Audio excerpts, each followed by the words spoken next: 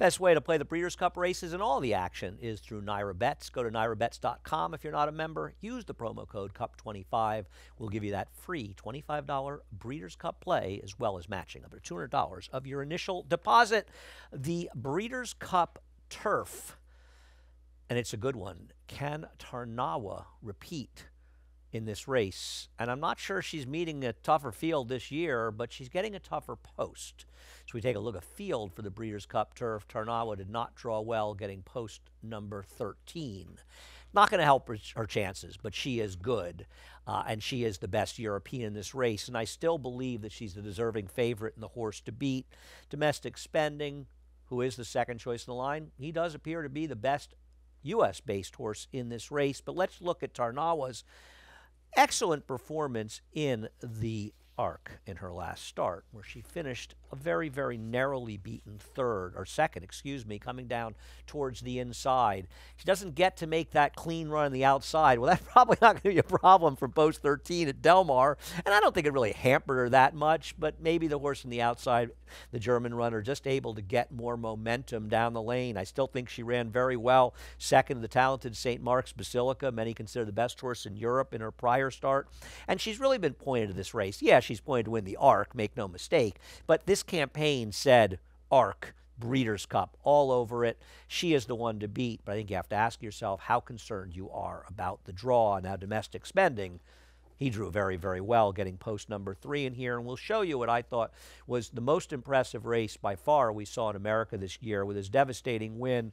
good trip or not, in the Manhattan. He easily beat Gufo, who was a bit goofy in this race, and Tribhuvan ran very, very well, setting the pace in the front end. And Tribhuvan showed with his win in his next start in the Grade 1 United Nations that when he's able to control on the front end, he's a dangerous horse. Now, we'll see what happens with Acclimate, and we'll get to him, and we'll discuss them in a moment.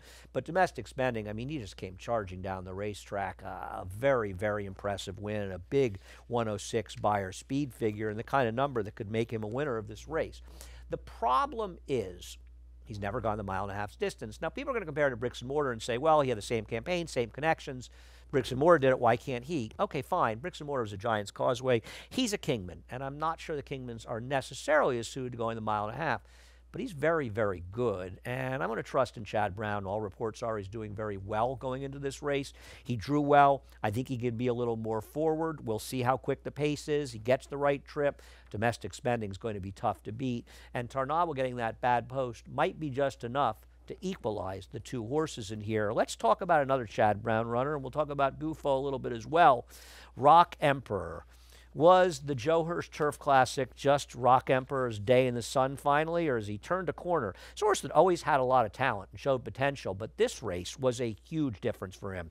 He's not been that good this year. He'd been better in prior years, but in this race, he followed what arguably was a bit of a premature move by Gufo, but he just swallowed him up in the stretch. As soon as Javier Castellano asked him the question, he answered in a very big way. I think that Gufo probably ran the second best race. Maybe Joel moved a little soon. He sort of felt that he did. We'll see. Gufo's a neat horse, and he's done well for Christophe Clement. And he did win the mile-and-a-half Sword Dancer. I still wonder if he, too, is a little bit better, going a little bit shorter in these races. And I just ultimately wonder if he's good enough. Rock Emperor ran the better race, and maybe Rock Emperor is just turning it around. We'll see what we get from them of the two. I prefer Rock Emperor. How about Walton Street, who was absolutely devastating, winning for Godolphin last time out in the Canadian International? Where the heck did this come from for Walton Street? We'll take a look at it, see where it came from, or we'll see what it was. And Walton Street just buried the competition. Now, make no mistake, this was not a particularly strong field, but he got a 110 Beyer, and that is a super, super strong Beyer. To put it into perspective, that's the kind of Beyer that can win a race like this, and it's better than the Beyer figure Domestic Spending got when he won the Manhattan, and it's better than the figure that Tarnawa got, a 109, when she won the Breeders' Cup Turf last year.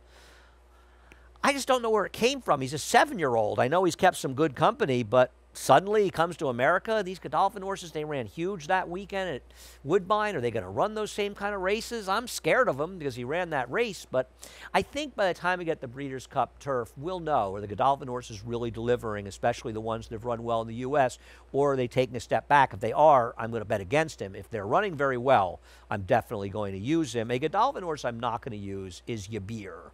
We'll take a look at Yabir winning the Jockey Club Derby here at Belmont Park, and I mean, this is a funny race, right? He's dead last. They're not moving. There's no real pace in this race. He swings wide, and he's behind the field. No matter about 3 strides, he's 2 lengths in front. And this was a joke. But he's a significantly better horse than the ones he was running against. The reality is the soldier riding in slick backs in this race would be 1,000,000 to 1 in this Breeders' Cup turf. So he beats him the way he's supposed to, and it wasn't a fast enough race to win here. He's a 3-year-old. Maybe he's going to keep improving, but he's going to have to improve a lot, in my opinion, to win this Breeders' Cup race. Let's talk about the California horses, and they're pretty good, Acclimate and United. They're really hard triers. I think United's had a very good year. He shows up. He almost won this race against Bricks and Mortar, though this is a much tougher field than the one that Bricks and Mortar won. We're going to take a look at those horses in the John Henry back at Santa Anita. Acclimate gets beaten in the nose by United. Friars Road, who's an AE, was in that race as well. I don't love blanket finishes. They're usually more of an indication that nobody ran that well, but they're hard-knocking horses. Now, Acclimate is going to be forward in this race. He's going to have to deal with Tribhuvan, and the two of them could set a fairly honest pace. United, he usually seems to work out a pretty good trip. He shows up and runs well in all of his races. He's meeting much tougher competition he's met in the past, and as well as he ran that Breeders' Cup turf, I don't think that effort's going to make him contentious here, but it's hard to knock these horses. They show up every time, and they seemingly run well. Let's talk about Tiona. Tiona's the kind of horse that normally I'd be very, very interested in this race. Her connections ran her in a prep for the Arc, and that was the Prix Vermeil. She was 17 to 1 that day, and she upset the field. You would think coming out of this Prix Vermeil, we'll take a look at that win. That was over the highly regarded Snowfall. We'll get to her. They would go, if not to the Arc, they'd go to the Palais de l'Opera. Now, probably the Arc at 1.5 miles. They didn't. They decided to point for this Breeders' Cup turf, and these are the kind of horses that often will win the Breeders' Cup turf. Horses that necessarily didn't run against the best Europeans, but they were pointing for these races. The problem is I just don't think she's that good.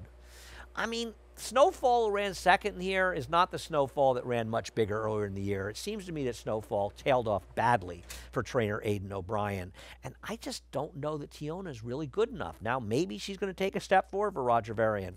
If she does, she can be a player in here. But she needs to take a significant step forward to be contentious in this Breeders' Cup turf. Maybe I'm rooting for the home team, but I'm picking Domestic Spending, who is coming in this race very well, and I'm going to hope he can handle the 1.5 miles.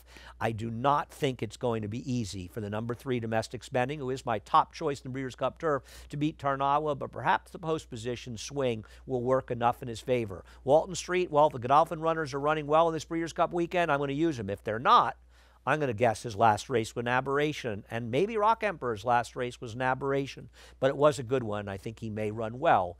A mix of the European types and the locals, the U.S. horses, Domestic Spending on top over Tarnawa. And the Breeders' Cup turf, for me, best way to play it in all the Breeders' Cup races and all the action is on NYRA Bets. Go to nyrabets.com for more. Use the promo code CUP25. We'll get a free $25 Breeders' Cup play as well as a $200 deposit match.